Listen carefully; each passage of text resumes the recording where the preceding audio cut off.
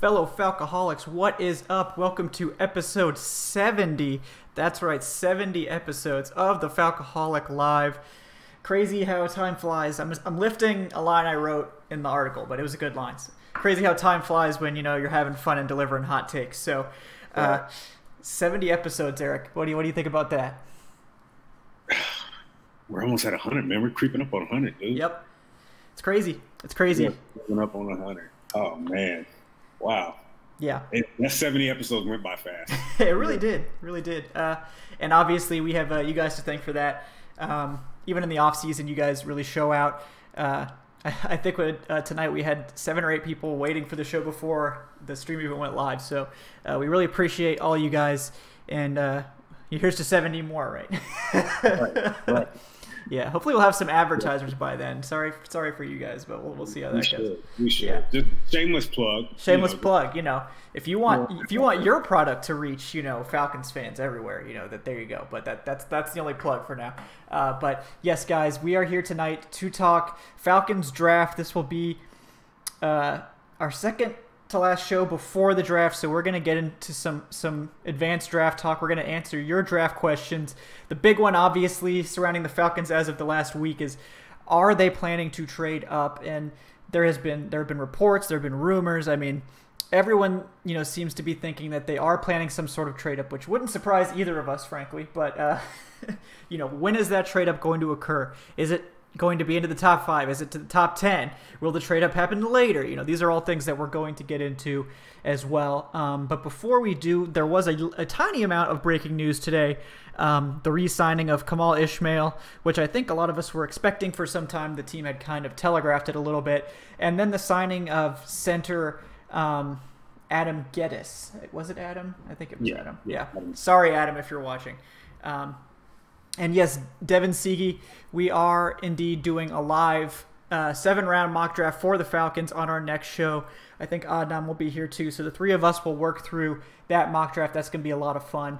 So look for that one in 2 weeks. But, yep, Robert Kelly, thanks for showing up, man. We appreciate you. Tyler Raines, Brent Crowley, Kojak Nantucket, thank you as well for showing up, guys. We appreciate you. So, Eric, let's get started with some...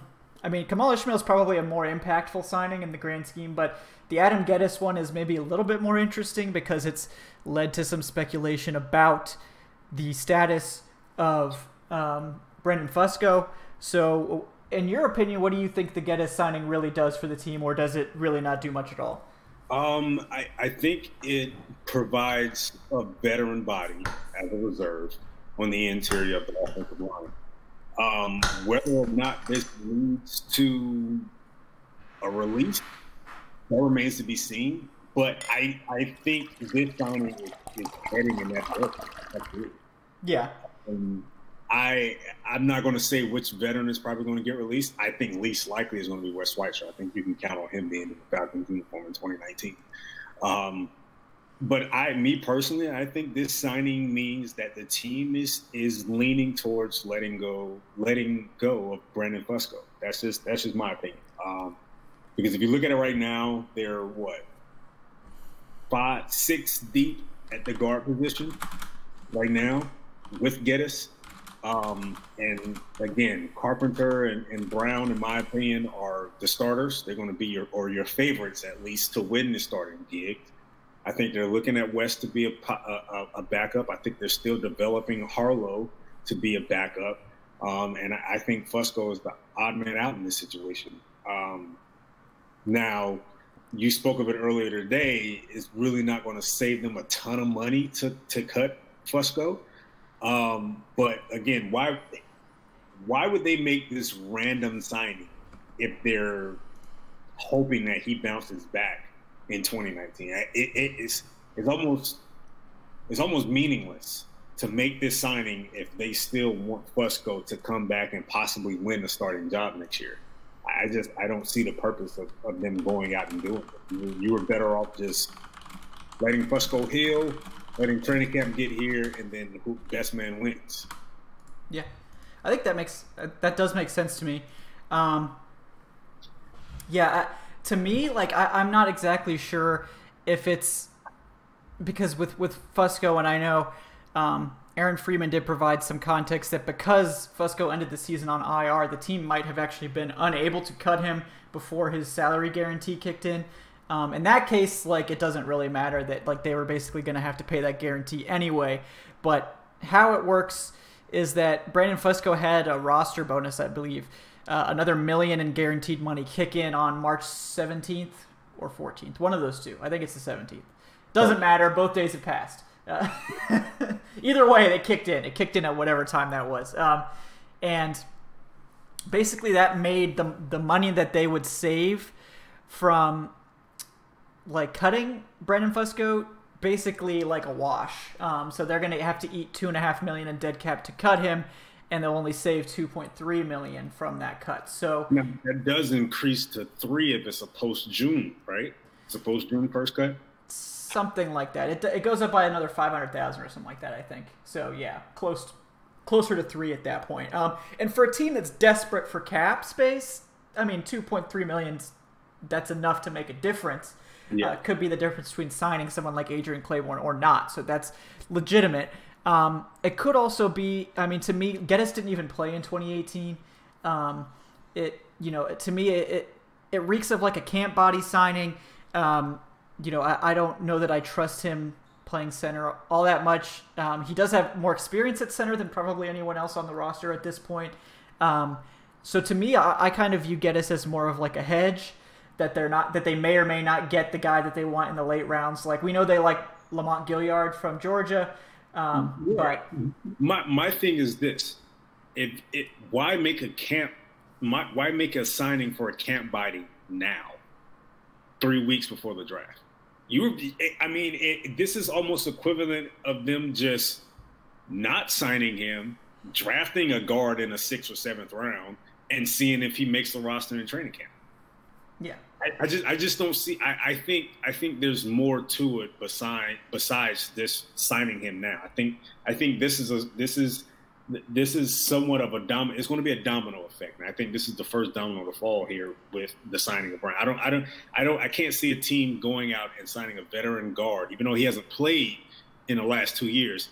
I don't see the meaning. I don't see the point of signing a guard 3 weeks before the draft. Right. And you can draft a 7th round guard and say, hope you make the roster. Right.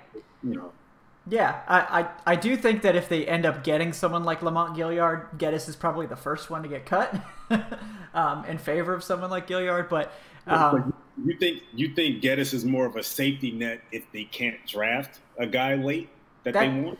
That's my guess. Is that I think they want Gilliard, but a lot of teams like Gilliard. So he's a day 3 guy. They're probably going to do their best to get him. But if they don't get him, and they can't find someone in undrafted free agency, which it's a total crapshoot who you can get in undrafted free agency, they need someone with starting experience at center to back up Alex Mack. And at this point, they have nobody. So, right. But like, would Geddes have been there after the draft? Almost certainly. So, probably so. I mean, at least he brings that familiarity with the scheme, because he played under Dirk Cutter in Tampa. So, of course, he knows the scheme. And, of course, the quarterback on the team knows the scheme as well. So it's not a situation where you're bringing Geddes in to allow other guys to pick his brain, in my opinion. Like I said, I think it's a little bit more than just signing a guy to say, let's just put a body there. I think they're signing him with hopes of him making the roster and shoring up the depth a little bit, because I think they're going to lean towards cutting Fusco at this point. Yeah. I mean, they very well could, especially if they really need that cap space to sign someone like the aforementioned Adrian Claiborne. It also wouldn't shock me if they decide to keep him, because they've had kind of bad luck with guard injuries over the last several seasons, and having a guy like Fusco who underperformed in his first, several games, but has a history of being an above-average guard for several teams. They might prefer having that as a backup as opposed to someone like Geddes and Schweitzer. So I could see it working out either way. They absolutely could use this as a way to get rid of Fusco. Plus, they're probably running out of a little patience when it comes to the development of Sean Harlow. This may be a situation where Sean Harlow's already gone, man. He's been gone for a long time. Oh, I'm sorry. Yeah. That is right. I'm sorry.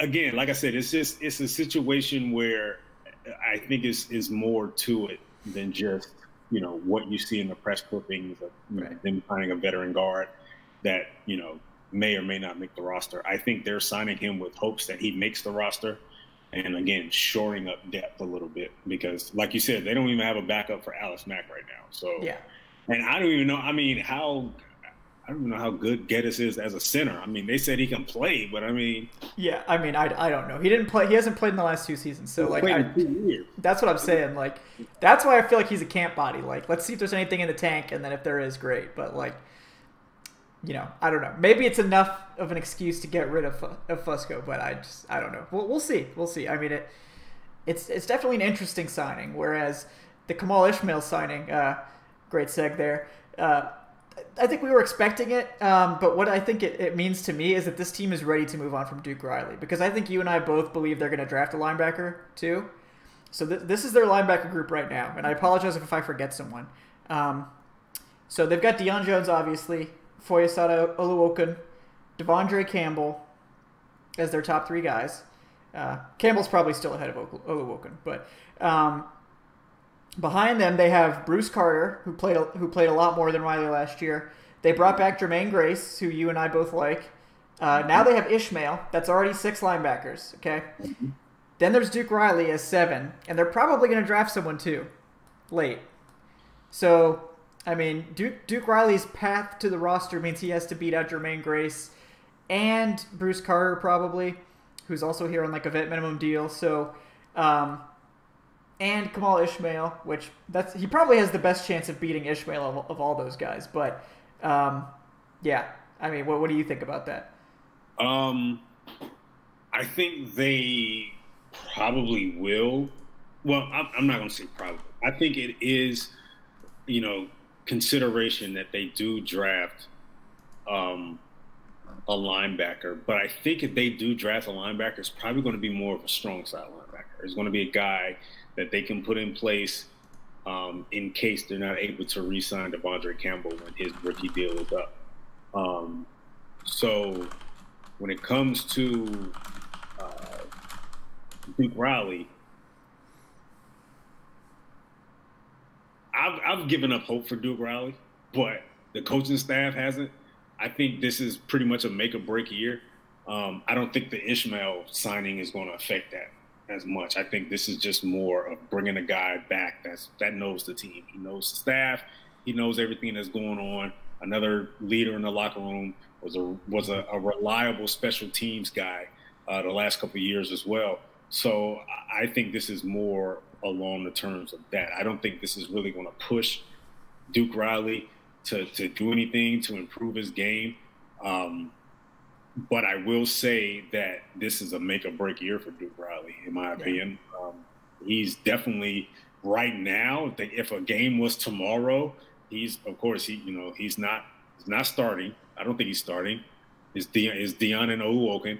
I'm not even quite sure he sees the field. Right. Right. I'm not sure. I don't think he's better than Bruce Carter, who's a reliable veteran. I don't think he's better than Jermaine Grace. Absolutely. I don't think he's better than Jermaine Grace. No, I think Grace is on her. I don't even think he's better than Kamal, to be quite honest. Right. I agree. I think Duke Riley is at a point right now where the team rolled the dice on him, and they were really banking on him to progress and develop and evolve, and he just didn't. He's a guy on the roster now at this point. Yeah, Mans just can't tackle. Man, it's the tackling, it's the awareness, the field awareness, the coverage inability. It's a lot of stuff, man. It's just, I don't even know, what does he bring to the table at this point? Right. Like, so I don't think the Falcons are keeping 6 linebackers, to be completely honest with you. So Ishmael made it 6, right? Yeah. Well, Ishmael made it 7, including Riley. So right now they've got Deion, Devondre, Oluokun, I think they'll go 6. They could. Bruce Carter, Jermaine Grace, Duke Riley, Kamal Ishmael. So 7, I believe now. And then if they draft a strong side guy, right, that would be 8. So that means 3 of those guys could get cut. Now, I think Bruce Carter is probably one of the most likely to get cut because he is older. Think so? Yeah, I mean he's older. So like if I think Jermaine, if all things being equal, I think Jermaine Grace probably has the edge because he's young. But I liked Carter played fine. Yeah, to play middle. Yeah, to play middle. To play middle. Yeah. To be so we'll see. I don't know. I think Carter's more of a safety valve, honestly. At this point. Yeah. I think it's a situation where forbid, if Dion, gets banged up again, I think they can rely more on Bruce than they can Duke Riley. I mean, I think I think they want to avoid everything at all costs to put Duke Riley back at the Mike spot. Yeah, they want to he cannot run the defense. You cannot run the defense. I don't trust him at will. No. I mean, right now, even at will, I think we probably want Jermaine Grace to beat him out at will. I think so. So that's what I'm guessing is Carter's going to be the Mike backup. Grace might end up being the Will backup. We'll see. I think the Will, he can. I think he can play that spot. He played that spot in Miami. So we'll see what happens. I mean, maybe they keep 6, but it'll be interesting to see what happens with the roster construction this year for sure. And Robert Kelly and Eric, you guys were both right. Harlow is still here. He was just signed to the practice squad, which rolls over to the off-season roster. So you're right. He did sign elsewhere briefly, and I think he got cut again. He's in Indy. Yeah, and then he came back at some point. So you guys were right. I was wrong. So my bad there. Take a couple questions here. So GoldenHeart05 asks, who do we think the guy will be that drops down the board similar to Derwin James last year? Now, this is – okay, well, I'm assuming this is Falcons related and not a general draft question. I mean, it could be either one. But the Falcons are picking at 14, so, I mean, Derwin James ended up going, 17? So, yeah. So, I mean, basically in that same stratosphere. For the Falcons' sake, I think it's a decent chance that Ed Oliver does drop to 14. Yeah. I wouldn't bank on it, but I think it's enough to, hey, it's a possibility. Yeah, I get it. Yeah, that's probably where I would have gone with it too. I think there's maybe a 35% chance or so that he's there just at 14. I would say 25 to 30% chance. Their teams are starting to fall in love with him, and that's bad news for the Falcons. His pro day was a blessing and a curse for the Falcons because the blessing because it showed man, this guy is so athletic, he's so rare, but it was a curse because so many teams fell in love with so many teams before the Falcons fell in love with him even more. There's some teams to keep an eye on, guys like the Packers and the Bengals, the Bills, the Bucks, the Giants. These are teams that could definitely show plenty of interest between now and the draft and Ed Oliver. So Dave Gettleman drafting a small defensive tackle. Come on, that's never going to happen. Why not? Because Dave Gettleman doesn't draft small defensive tackle. Look at who he drafted. Dave Gettleman. He also let Snacks Harrison walk. Yeah, but look at what is Dave Gettleman, Kevin? Nothing would surprise me. No, I think Dave Gettleman's much more likely to draft Dexter Lawrence at 6 than. He drafted R.J. McIntosh out of Miami last year, who has a similar game to Ed Oliver. That's true. 6'4", 280. Not in the first round, though. Not in the first round, no. Yeah, I'm thinking Kawan Shore, no. Vernon, what's his name? I can't remember. Vernon Butler. Yeah, Vernon Butler. Star Lutulele, all those guys, big defensive tackles. I don't know. But, I mean, nothing he does would surprise me at this point. So. Like I said, I think it's a decent chance that Oliver drops. I think sitting at 14, man, that's such a unique spot because either the Falcons can find themselves SOL by the time they pick at 14, because Burns is gone, Sweat is gone, Oliver is gone, even Rashawn Gary is possibly gone. And at that point, you're like, oh my goodness. At that point, it's offensive tackle. That's what's gonna happen at that point. But or they can get lucky and have a guy like Oliver or Sweat fall to 14, which is a possibility. It's a decent possibility. But you and we're on the same page here. I think it's more likely that the team won't be picking at 14. Probably not, and we're going to get to that for sure. But in the interest of being slightly different than Eric here, I'll say Jonah Williams could be a guy that falls because I think some teams, think he's too small, which I don't really agree with. But I think Eric and I both think he's more of like a prototypical left tackle. But the Falcons, by accounts, do like him. And at 14, I mean, I think he might.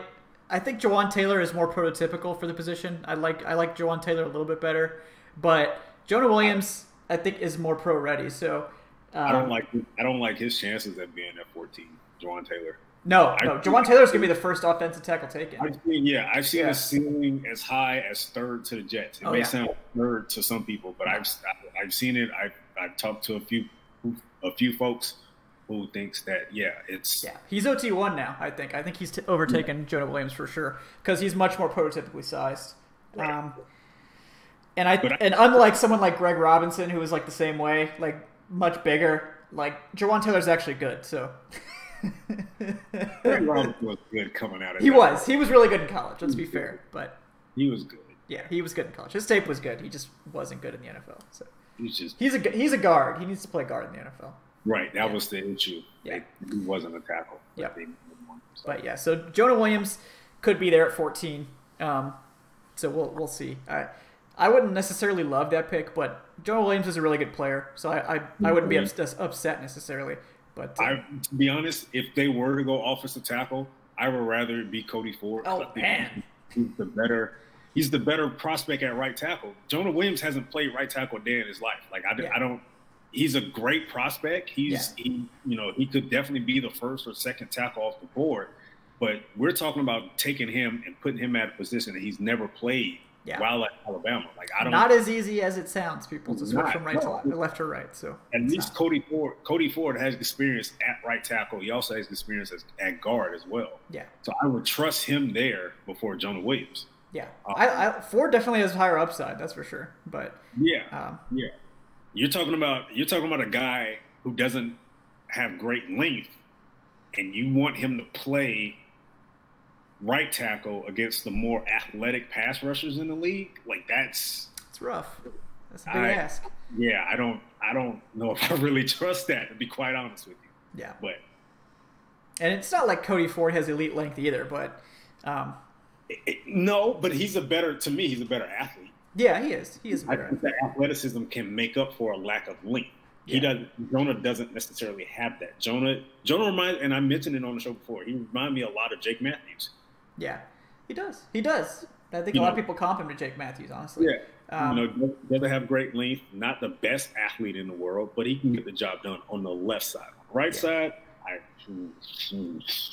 Cody Ford would definitely fit more of what they seem to be moving towards, which is that the kind of prototype guys, the scheme diverse, big and athletic guys that are more difficult to get, particularly in the later rounds. So it wouldn't shock me at all if they end up going offensive tackle, but I don't think that's their primary target at 14. That's more of a fallback option. Let's see. Snowclap Atlanta asked, how much are they paying Fusco? They're paying him, his cap hit this year will be $4.75 million, which is a lot for a backup. I mean, it's a lot. You only get 2.3 of it back if you cut him, so you just have to keep that in mind. But it is what it is. Very well could happen. We'll see. We have had, I believe, one meeting with Oliver, a formal meeting at the Combine. And then the Falcons are having him in they met with him at Houston's Pro Day as well, I believe. And then I think they're going to have him in for an official visit as well. So that should be 3 total visits with Oliver. The workout scheduled for him. Yeah. Prior to the draft. And that's critical. You look back at the Falcons draft history, those are the type of guys. I mean, because I think they had like 2 or 3 meetings with TAC. They didn't have any I don't think they had any meetings last year with Ridley. I think they did. So. I think they did. Or was it just an interview? I think they met with him at the combine for sure. Yeah, they didn't have a workout. When I say meeting, they didn't have a workout with Ridley. Right. But those, when like I said, looking back at their history, if you notice, some of the guys that they draft, they got, they met with them during the All-Star process, like the Shrine Bowl and the Senior Bowl, and then they probably was at their pro day, and then they had another meeting prior to the draft. Like, those are the guys that they really, really, really target. Yeah. I think Ed Oliver is up there. Yeah, for sure. He's a key target, right? Yeah, I think he's who they want with their first round pick. That's my take. I think that's who they want. Which means what, Kevin? Which means we're gonna have to talk about trade ups, because if you really, really want Oliver, there is a chance that he will be there at 14. But if you really, really want him and they think that he's their guy, and I tweeted about this, then you're going to have to trade up for him. And it really depends. This trade only becomes feasible if who you want to trade up with wants to trade back, right? So the Jaguars, I don't necessarily see. I don't know if they want to trade back or not. Detroit is rumored to want TJ Hawkinson, and they think 8's just a little too early. So if they really, really want TJ Hawkinson, trading back to 14, probably pretty safe. I mean, there's an outside shot. I've heard Green Bay kind of likes Hawkinson. I don't think they're going to take Hawkinson at 12 or whatever it is they pick. But I think the Jags is a possibility, because I think the Jags are only looking at offensive line at that spot. And let's say it's a situation where Jawan Taylor is gone.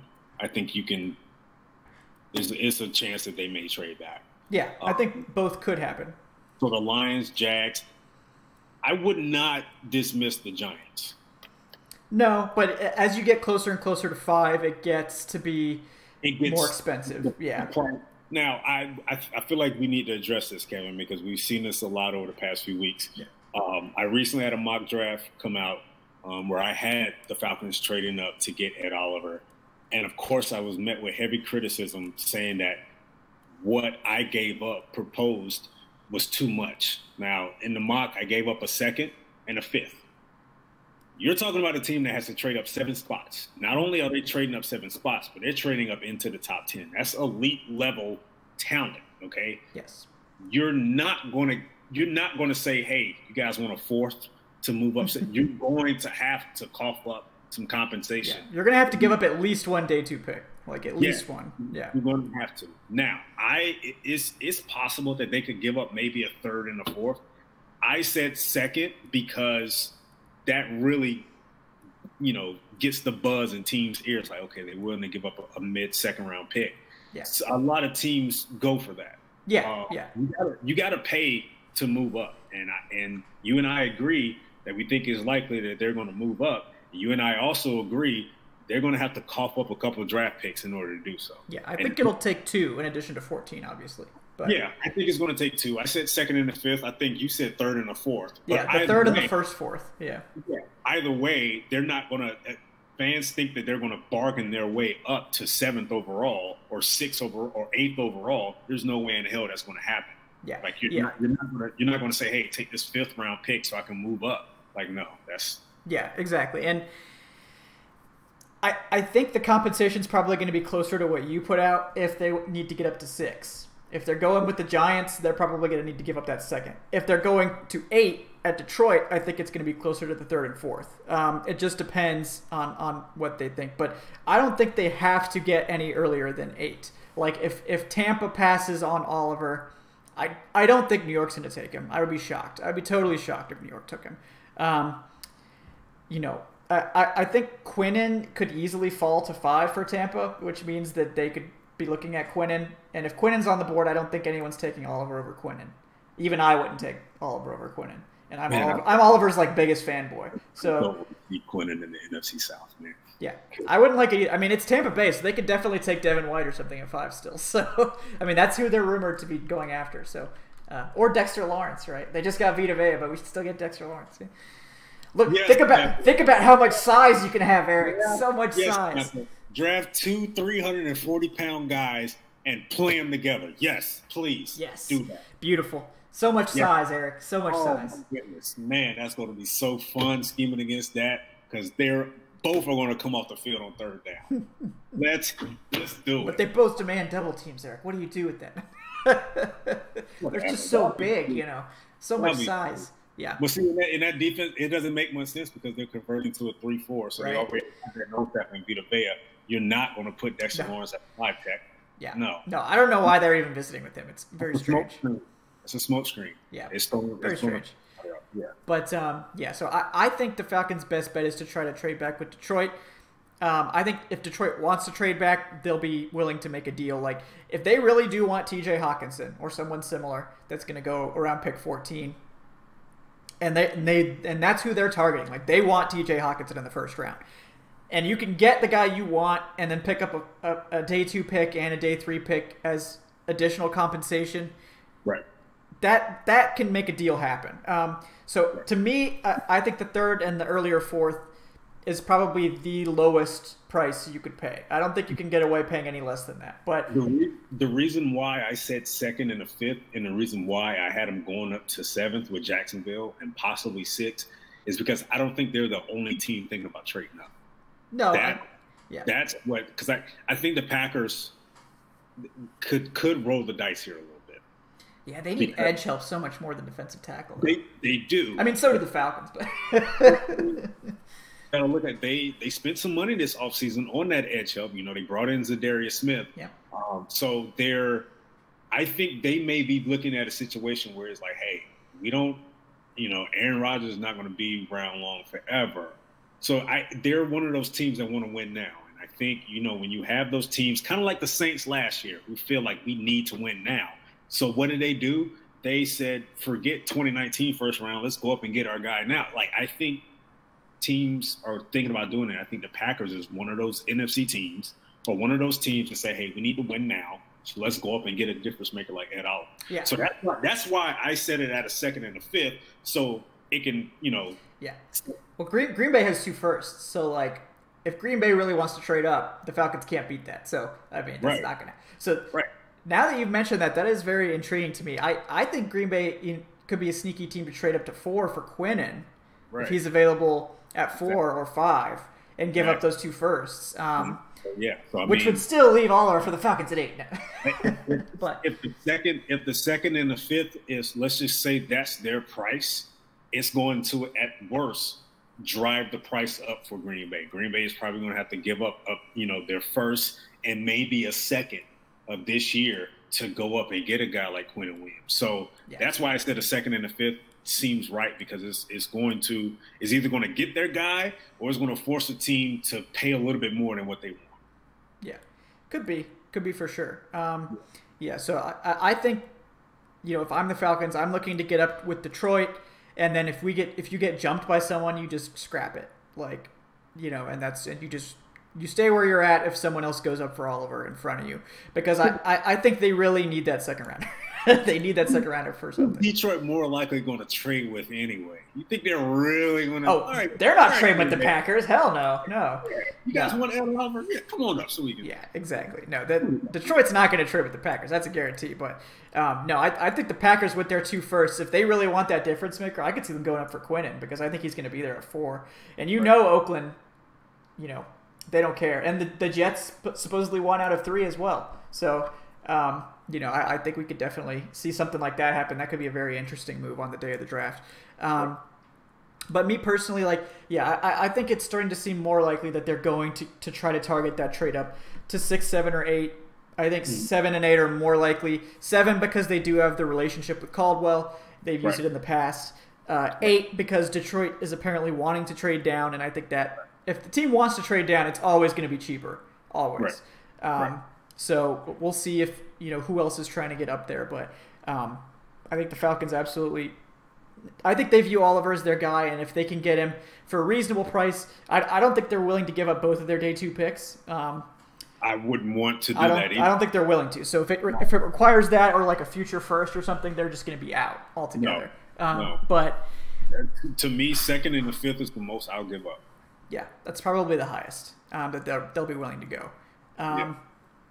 Which I mean, they need that second rounder. They need it for either an offensive tackle or an edge. So I know fans want to keep that second rounder. I get it, but again, this is not trading from the bottom of the first round to the mid. No, this is trading inside prime territory. This is the top 10 is the filet mignon in the NFL draft. Like that's where you get your guys there. You're gonna have to. If you want to, you can go into a decent club if you want and pay a little bit of money, or you can go to this top-notch club here, pay it. That's just how it is, man. That's how it works. Exactly. And yeah, I mean, Robert Kelly raises a good point. I mean, I don't think it's all hype that the Falcons want to move up for Oliver. I think they genuinely do want him, but honestly, the Falcons need edge more than they need a defensive tackle. I think their top 3 defensive tackles are all good. They already have a star in Grady Jarrett.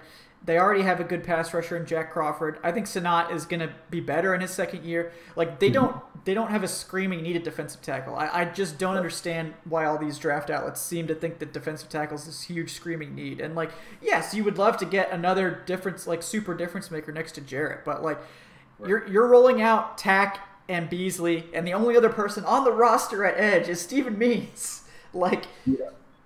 You brought up the point earlier. It's not a huge need, but if they have an opportunity to get a guy like Oliver, I think they're going to do it. But if they don't, like you mentioned earlier, it's just a situation where we'll just fall back and focus on edge at this point.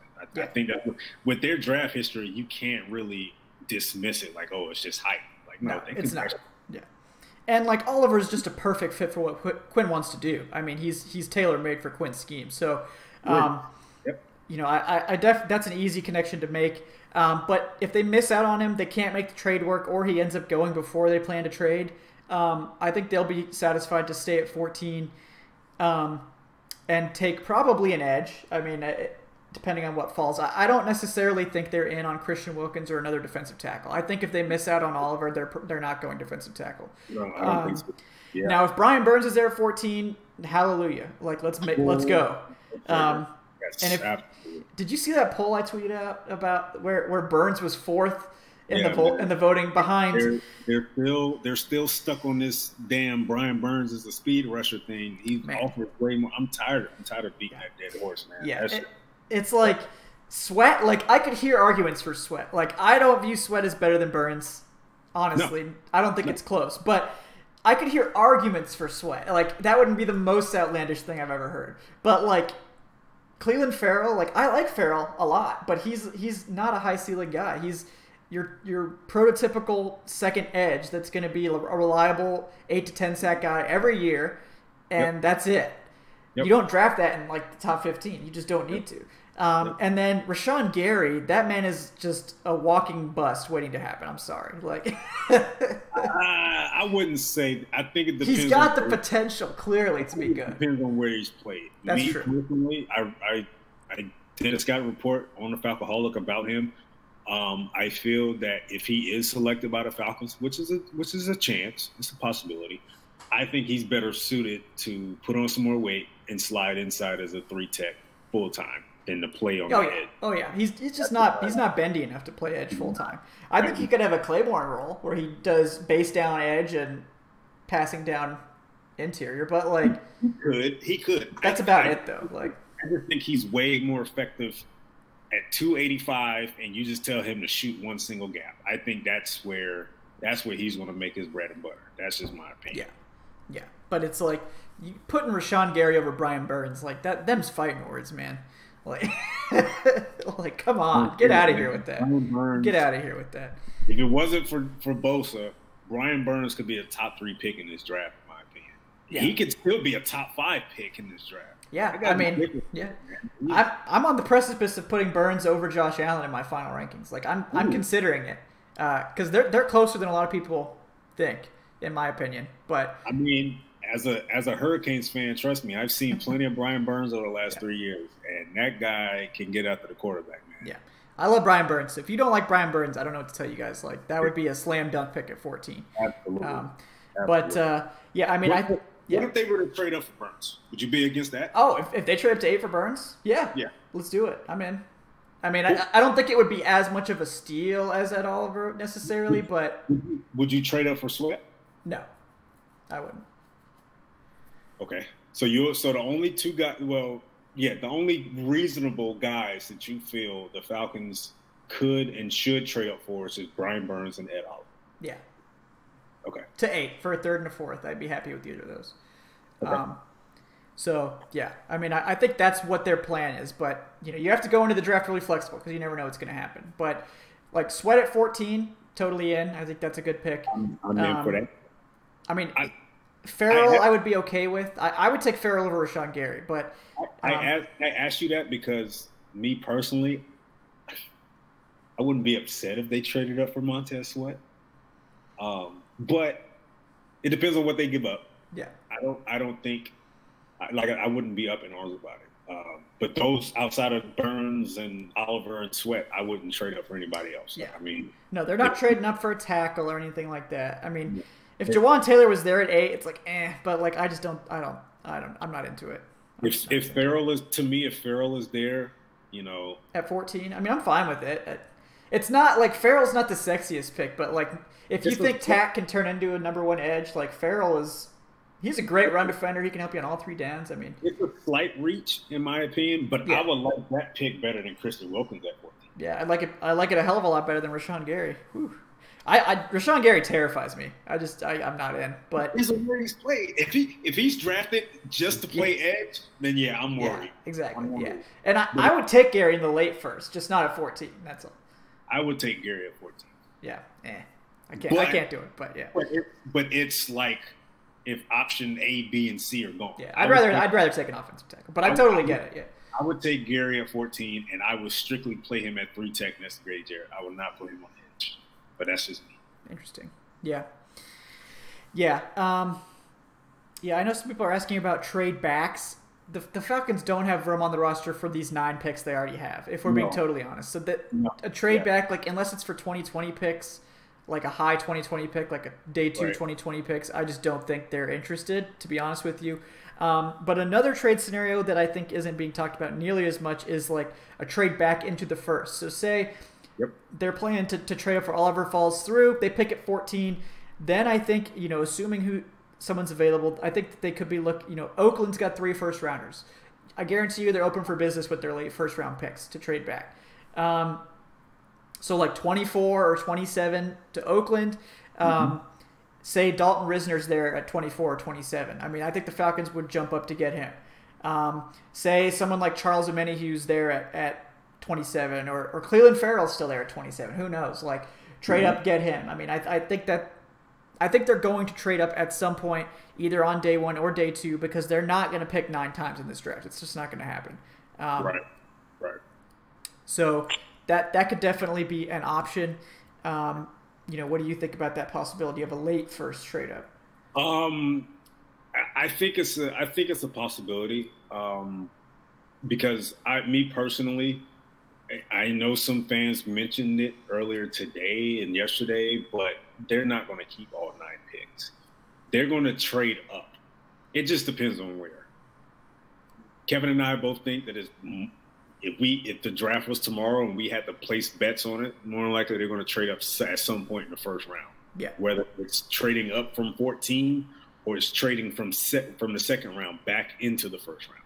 They're not keeping all 9 picks. They're going to probably do away with about 2 or 3 of them, to be quite honest with you. But trading back into the first, I'm fine with it.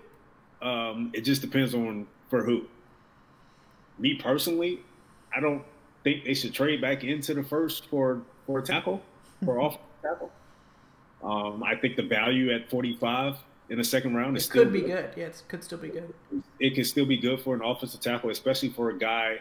And the reason why I say this is because I mentioned it earlier today on Twitter. I think they really want Sambrailo to be the starter. And I don't think they're going to make it extremely difficult. Like if they brought in a Dalton Risner, there's a good chance Sambrailo may lose. Yeah. I don't think they want to put him in that situation. I think they want to give him a little bit of competition, but not to the point where it's like, yeah, this guy may seriously be riding the bench if Dalton Risner is on the roster. Yeah, I mean, I'm writing an article about it tomorrow, and I honestly think Sambrailo's a bridge starter for them. I think they like him. I think they like him as the long-term swing tackle possibly, but I don't think Sombrello is going to change their strategy around getting a new right tackle whatsoever. I think they they would feel confident going into the season with him as the starter, but they've done so much sniffing around offensive tackle that it seemed. I mean, it's the writing's on the wall in my opinion. That I think they're going to draft one. Don't get me wrong. They're going to draft the offensive tackle. I just think they're looking at Titus Howard right now, and I think it's a guy in the 3rd or 4th round who could definitely it can allow Sombrello to be that bridge tackle because Titus Howard is not ready now. No, his technique is raw. Yeah, to say the least. Yeah, he's going to need a year. Yeah, and I think that's when Sombrello plays that part. And I think a pick like Howard would be perfect. Oh yeah. I think that's their primary target at tackle. Yeah. So we'll see. I do think that it's more likely they trade up into the late first for an edge. So say they manage to work out a deal to get up to 24 or 27. Say Cleveland Farrell lasts longer than expected. I would love that. So you think 2 first-rounders on the defensive line? Yeah. I think they just remake the whole thing, man. Ooh. Yeah. Imagine adding Ed Oliver and Cleveland Farrell to that defensive line. Don't do that to me. Yeah, that'd be awesome, right? Man. Now, Cleveland Farrell making it to 27, not that likely. I know teams have cooled on him because he didn't test like this amazing. He tested fine. He didn't test like an amazing athlete, and I think everyone knows that his ceiling is probably as a number 2 pass rusher. But you can draft number 2 pass rushers in the first round. They're very valuable still. They're just not top 10 picks, and you're not. Cleveland Farrell might be the best run defending edge in the entire draft. He's going to help you on all 3 downs. He's just so solid, so consistent. I really do like Cleveland Farrell. He's just not that exciting, explosive prospect. But no, and I did a scouting report on him as well, and it's posted on Falcoholic. He's not. His lateral agility comes in question a lot. So I think the big question with Farrell is I think we all think he's going to be good.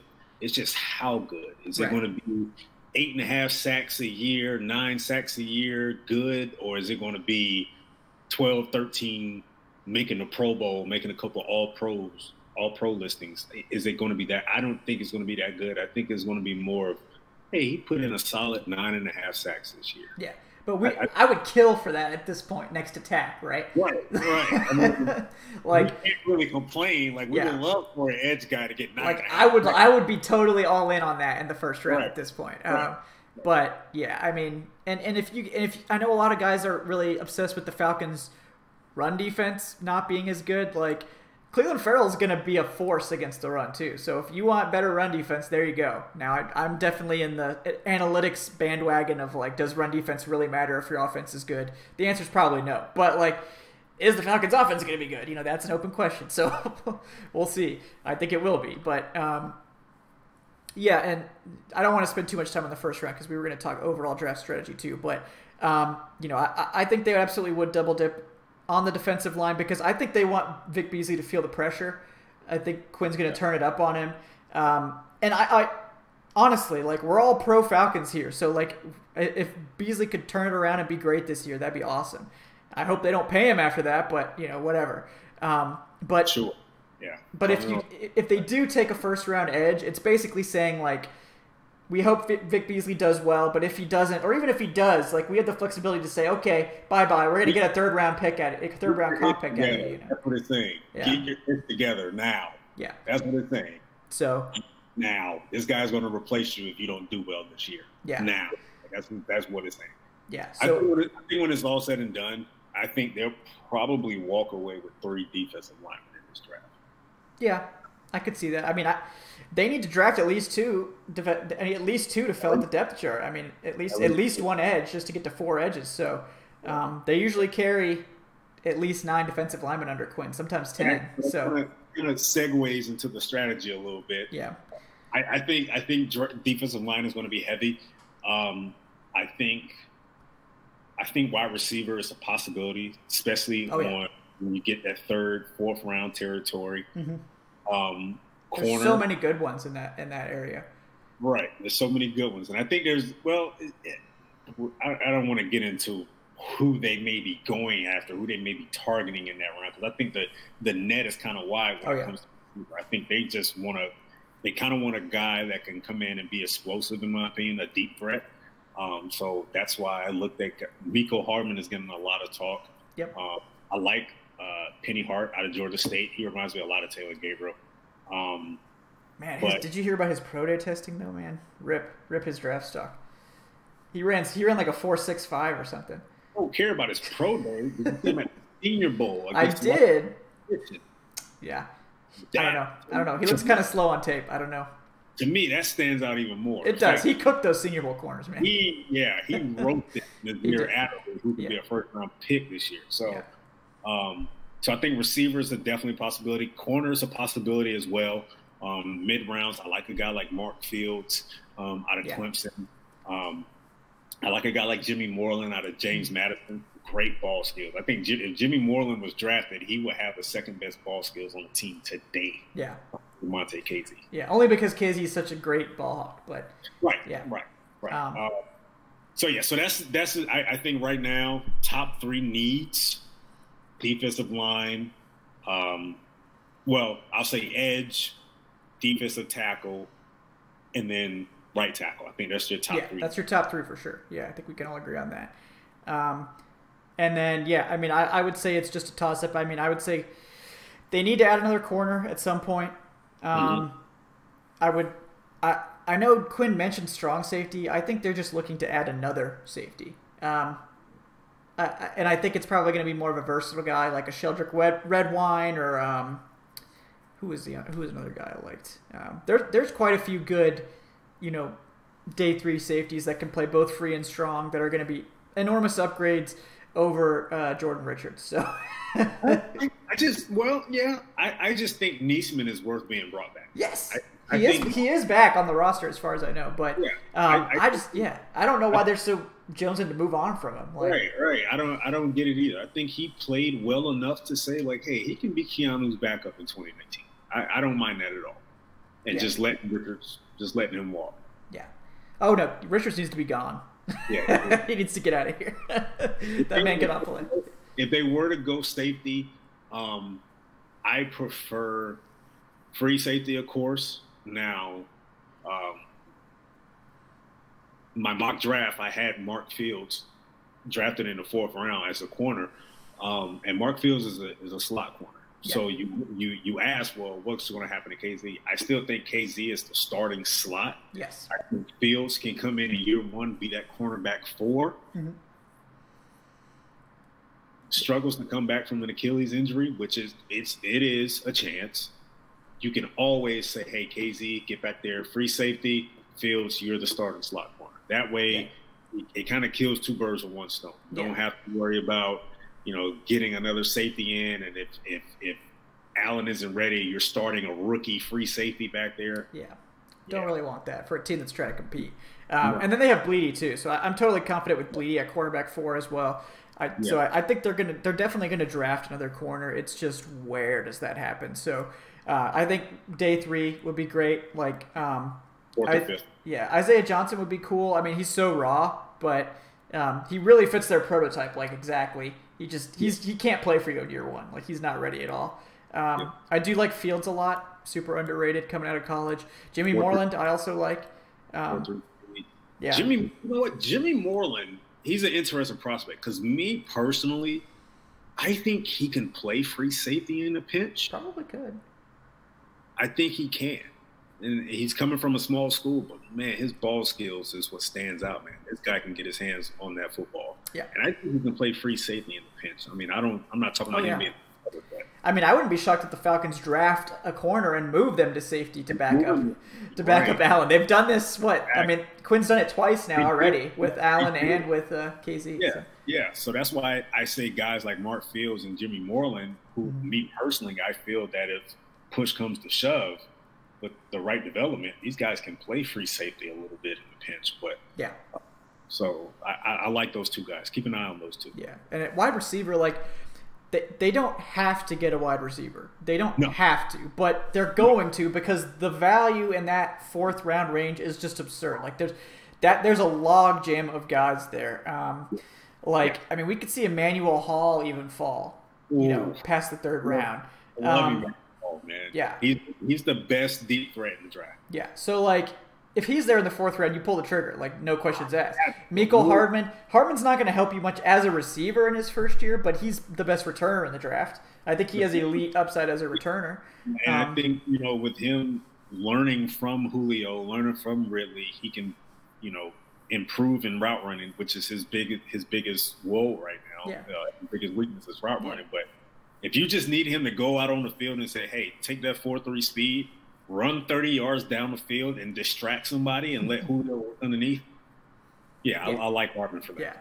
I mean, even Riley Ridley, like, I think his testing and his lack of production has kind of cooled his stock a bit. But if he's there in, like, the 4th round, I mean, he's a great technician. I mean, he's a guy I think that can be a big upgrade over what Justin Hardy gave the Falcons in that wide receiver 4 role. Maybe eventually turn into a wide receiver 3. I just don't think he has that great of upside. But I think a lot of guys in this draft can improve on what Justin Hardy brought to the table. But they brought him back, so I don't know. Yeah. What? He's fine. I mean, he's fine, but doesn't really move the needle for you. No, it definitely does not move the needle, and I kind of groaned a little bit. He gets a couple of clutch touchdowns every year. That's basically it. Yeah. In 4 years, he has 60 catches in 4 years. Like, dude, really? Yeah, it's pretty disappointing. I mean, yeah, but that's what he. I mean, if you watch this tape, that's kind of what I thought he would be. Is just like a reliable slot guy that. He is. Yeah, that's what I thought he would be. But I thought he would do more than just get 25 catches a year and 1 or 2 touchdowns. Like, he hasn't. He's been. There's been no progression. Yeah. His 4 years, it's been the same Justin Hardy every year. Like, it's just. He's just not a special athlete. No, he's not. Playing behind Julio, Sanu, now Ridley. I mean, Taylor Gabriel. Like, he can't really hold a candle to any of those guys. So can't. That's why I wondered why bring him back. Right. So that's why I think they are going to go. I mean, like, I'm interested in Miles Boykin's upside, but so on day 3, I think is when you can consider taking a chance on him. There's just so many guys. I mean, so many guys. I mean, you could look at later, like Jacoby Myers, Jamal Custis, like some big guys that have, a lot of developmental potential. I mean, they are looking considerably at Mecole Hardman right now. So yeah. I think if he's still there in the 4th, I think it's a great possibility to pull the trigger. You mentioned Emmanuel Hall, who I would absolutely adore the Falcons to get a guy like him because, again, he's the best deep threat in the draft. Yeah. That would be silly if he was still there on day 3. He had route running issues, but for a guy that's 6'3", 6'4", 218 pounds or whatever, 215 pounds, that guy can stretch the field, man. And having him on offense will make life so much easier for Ridley and Julio underneath. That it's just, they're going to reap the benefits there. But like I said, I like Penny Hart. They worked out David Seals. How do you feel about David Seals? Not interested. Not interested. Yeah. He's fine. He can't separate. No, he can't. So. He's got that. He's got that grit, but like. And a lot of scouts and analysts are calling him a vertical guy. And I don't see it, man. Quite sure I see it. Yeah. Now I do see him as a big body possession receiver, absolutely. Right. Yeah. Like I prefer if we're going like for a late guy like that, I would much rather have like a Jamal Custis that I think could like develop into something more, like a raw guy. Because they can afford to, like, I think they want a big body guy if possible, or like a speedster. Because if they can go after a developmental big body receiver and let him learn behind Sanu for a year before they actually need him, so they can afford to go after some of these more raw guys, like a Miles Boykin, like a Jamal Custis, some of those other guys. Darius out of Auburn. Yeah, Darius Slayton, another guy. So I mean, they could make that work. But yeah, I mean, someone asked about running back, and that's a sneaky need in my opinion. Like, I know they have like 1 million running backs on the roster. But like Kenjon Barner, he's not a running back. He's a returner. Like that man has not gotten more than like 20 snaps in a season as a running back since he was drafted, I think. So, like, I think he can be a running back 3, but he's not a good running back 3. Like, do you want to roll like say Freeman gets hurt again? Like we're looking at Ito Smith and Kenjon Barner as your 2 top running backs. Like Ito, I'm fine with Ito, but what are you suggesting? Like still going after a mid-round guy? Yeah, or even a late round guy. I mean, like Divine Azigbo could be there in like the 6th round. I don't know about him. I think teams are falling in love with him because of his workouts, but he didn't really. He was like a 1-year wonder. Yeah, I mean, he just what has he done on tape at Nebraska? Like, what has he done? I mean, been an elite zone runner. Like he's not like I'm not saying he's your RB1, but as like an RB3, I like him a lot better than Barner and Brian Hill and the cluster of other camp bodies we got in here. But I mean, you could go after Myles Gaskin late. You could go after. I mean, if you're willing to spend a day 3 pick, Justice Hill, he could be your Coleman replacement. But I mean, I don't think they're going to go that early necessarily. But it depends on what are they looking for. Are they looking for, because we've heard stories about them going more to the inside zone blocking scheme, which means you're not really going to need those Tevin Coleman-like speedsters on the edge. You're going to be targeting more of your kind of like ground and pound type running back. So like your one cut, type, your one cut and get upfield type guys. So that's why, guys like Dexter Williams out of Notre Dame kind of intrigues me a little bit more than a Myles Gaskin does, or a guy like Benny Snell out of Kentucky, a guy that can, run those inside runs and get. I mean, they're not going to win foot races, but they're going to get you 8, 9, 10 yards a run on the inside zone if it's blocked properly. But it depends on what they look for. It does, yeah. I just think like in this class you can add like a 5th or 6th round running back that's going to be an upgrade over Kenjon Barner. and maybe Brian Hill. I mean, Brian Hill hasn't really ever gotten a fair shot. I think Brian Hill shot himself in the foot in that Panthers game. He had 2 smokes. Yep, he did. Yeah. So we'll see about that. But they clearly liked him enough to bring him back and give him a shot this year. So we'll see what happens. But yeah, I do think they're going to draft a running back at some point. But how early they do, I mean, there's so many good ones. Like it's almost like with your day 3 picks, it's like you just throw a dart at somebody. But it's not a top-heavy running back class, but it's there's good depth in this running back class. Which is what they need. So, I mean, there's always just going to be a logjam of running backs on day 3. So, but yeah, it really depends. Like if they keep all 9 picks, it's like they're definitely drafting a running back at some point. But like if they trade away 2 or 3 of them, then it's like maybe there's not room anymore. So we'll see. We'll see. But yeah. What do you any other further takes for tonight before we wrap things up? No, man, I'm ready to get the damn draft started.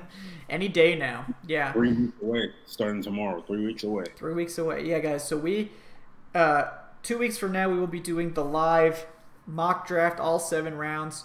We should I think Adnan said he'll be here as well, so you'll have the 3 of us here to talk you through the entire draft. We will try to be as accurate as possible based on the current information. Try to make it realistic and do all that. No, I'm just kidding. We're going to do some wild stuff. We're not going to please everybody. No, it's not going to please you. So if we're trying to be really realistic, we would just pick some random name out of a hat and make that the pick. But so one quick take for the listeners and the readers of the Falcoholic.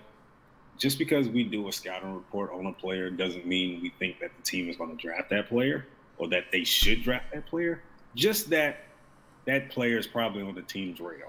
Yeah. That's it. Just that we want you to have information about them. Like I'm going to probably do a scouting report about Dexter Lawrence so that I can explain to you why he's not worth the 14th pick. Like I've done a report on Burns, Sweat, Rashawn Gary, and Farrell, and I've had every last one of them. Oh, they're not going to draft that guy. Or they're not going to draft that guy. Or we're not going to draft that guy. I'm not here to say that they're going to draft that guy. Shouldn't have read the comments. That was your first mistake. You're right about that. I need to stop doing that. But yeah, that doesn't mean that they're going to draft that guy. It just means that this is who this prospect is. This is what he brings to the table, and this is how he fits. And this is why the team may be interested in. Mm-hmm. That's it. Exactly. So, yeah, we're writing the scouting reports for your benefit, so you can learn more about these players. Not because we necessarily want or think the Falcons are going to draft this player. I mean, obviously, we're not going to be doing scouting reports on, like, DK Metcalf or something because the Falcons aren't drafting him. But, I mean, now that I said that, definitely it's happening. But just they're for your benefit. So don't necessarily draw any conclusions from them. But, yeah, guys, like I said, 2 weeks we'll be doing that live mock draft. And then it'll be what? Just a couple days till the draft at that point. So maybe the day after that show, it'll be the draft. I can't remember, but let's see. No, it'll be the week before the draft. So and keep in mind, we're also going to do our live show for the draft. Yep. On that Thursday and Friday, which will cover the first 3 rounds. Yep. Draft party. Yeah, I guess, is it still up in the air whether we're going to do day 3 or we're just not going to? I mean, if you want to, we can, but I mean, you tell me. But I assumed we wouldn't because it's really long. We don't have to, Kevin. Yeah. Okay. Well, we'll give ourselves the day off, but because we'll just have gotten done doing 2 long shows. So, but yeah, we will of course be doing the draft party. We're gonna have lots of guests. It's gonna be great for day 1 and day 2. It's a little more lonely on day 2. But we have all of you guys to keep us company, right? All the really hardcore people come back for the day 2 draft show. So, and a lot of people show up for the day 1. Oh yeah, day 1 is always a great party. So if you guys haven't done the draft party, you definitely should. Do you want to let the people know, just because it's really cool? If you have a smart TV or a Roku or such, you can watch the show on your big screen television on the YouTube app. I have done so. It's very cool. It is full 1080p, not 4K. Sorry, my webcam can't do 4K. I would if it could, just to say that we were in 4K, but I can't. Sorry. So if you want to watch it on your smart TV or smart devices, you absolutely can. It looks really good on the TV. So if you want to have the draft going on one TV and our show on another TV that's smart able, or your laptop or whatever you want, we don't judge. That is absolutely a thing that can work, and I do personally think it's very cool. So just check that out. But we always have a lot of fun. That's actually how the show got started in the first place, was with the 2017 draft party. I think that was the first ever show. So that was the Attack McKinley, which you can see on YouTube because that was the first time we did it. So it's still up on this channel if you want to check it out. But you can watch that draft and you can see everybody's reaction of disappointment, except one guy on that show. Yeah, we got memed big time for that one, but who's actually in favor of drafting Tack. Yes. In hindsight, I think it will end up being a good pick still. But it better be. Yeah, I hope so, because I like Tack. He's a cool guy. Except Tack, if you're watching this, we forgive you for blocking all of us. So except Eric, he didn't have Falcoholic in his name, so he didn't get blocked. Yeah, good for you, Eric. Yeah. Never thought having Falcoholic in your name would backfire, did you? Man, at least I got an interview with him before he decided to block everyone. So that's the one. Yeah, but guys, before we go on for like another 20 minutes about nonsense, we do appreciate you guys tuning in the off season, getting the draft takes. Next show will be a lot of fun, so be sure to come to that. We will look forward to seeing you guys at the draft party as well.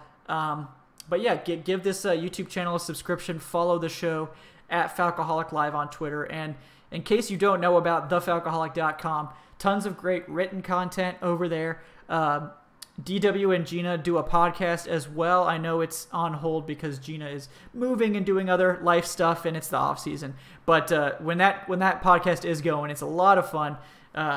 Really, it's just fun. Those two guys have great chemistry, and a lot of fun when I get to go on too. So definitely check that out, and the written content. Eric and I are on Twitter. Eric is at _Eric_Robinson. Anything that you want to plug, Eric? Yeah. Like I said, I have a recently published mock draft that's out, as well as my scouting reports on Brian Burns, Rashawn Gary, Montez Sweat, and Cleveland Farrell. So give that a look. Yeah, definitely check that out, guys. I am at Falcoholic Kevin on Twitter. Kevin Knight is my name, in case you can't see it on the screen there. I'm going to have I check out my April Fool's article about the Falcons trading for Gurley. Sorry if you guys got upset about that, but it's really funny, I think. So, make sure to read past the first 2 paragraphs where I talk about the trade, because it goes in an interesting direction, partially inspired by the new movie Us, which is great. So, if you've seen the movie, you'll get it a little bit. So that's a lot of fun. Check that out. And then I'm going to have something about the right tackle situation soon, and then my next mock draft probably on Friday. So definitely check that out, guys. Otherwise, thank you for watching. We will see you guys soon. See you 2 weeks from now, and then on draft night itself. Until then, guys, I'm Kevin. He's Eric. Have a great night, and we'll see you.